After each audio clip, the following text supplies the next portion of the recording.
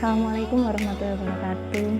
Halo teman-teman, perkenalkan saya Diana Pita Anggraini dari SD Plus Kurtayun.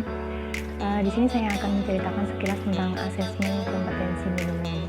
Jadi awalnya AKM tersebut itu dasarnya berasal dari asesmen kompetensi nasional.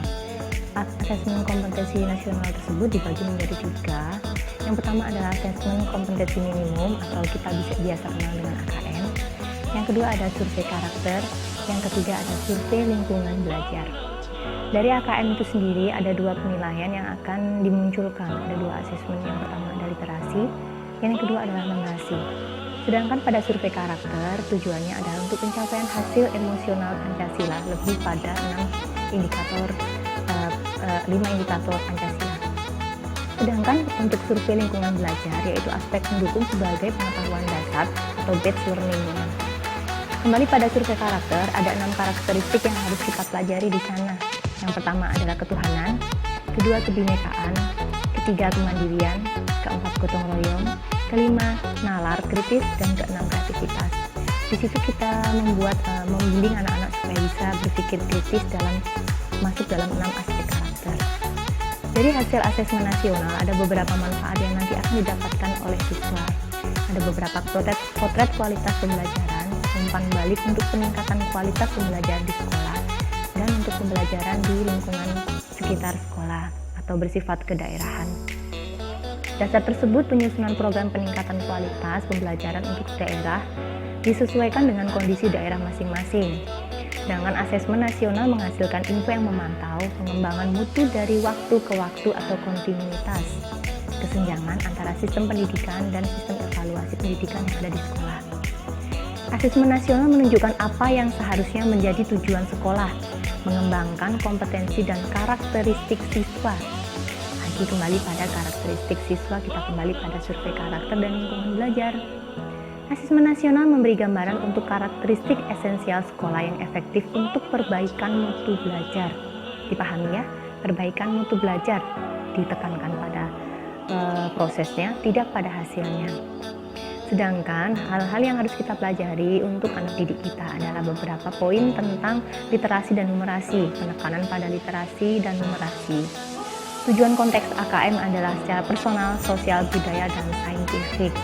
Anak diajar berpikir kritis bagaimana cara menyelesaikan permasalahan yang sesuai dengan keadaan di lingkungan sekolah masing-masing atau lingkungan daerah masing-masing. Dalam AKM ada 3 level pembelajaran. Yang pertama level 1 ada pada kelas 1 dan kelas 2. Dilihat dari asesmen literasi membaca teks fiksi dan literasi numerasi teks informasi. Dilanjutkan level yang kedua kelas 3 dan kelas 4. Level ketiga, kelas 5 dan kelas 6. Contoh simpel pada level pertama dikenalkan pada cara membaca teks fiksi pada anak di usia level 1 dan level 2. Numerasi yang kedua adalah pengetahuan untuk keterampilan, perilaku, dan disposisi untuk memahami peran matematika di dunia nyata.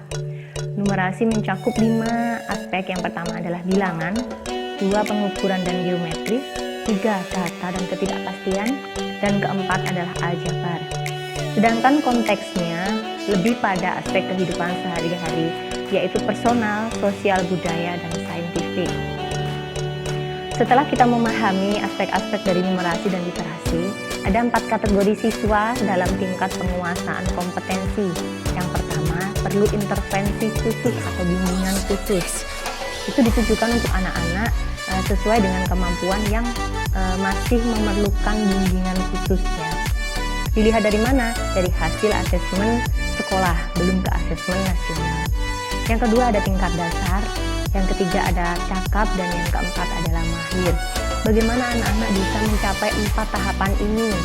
Apakah harus lulus secara bersamaan ataukah bisa mengulang sesuai dengan tingkat kebutuhan?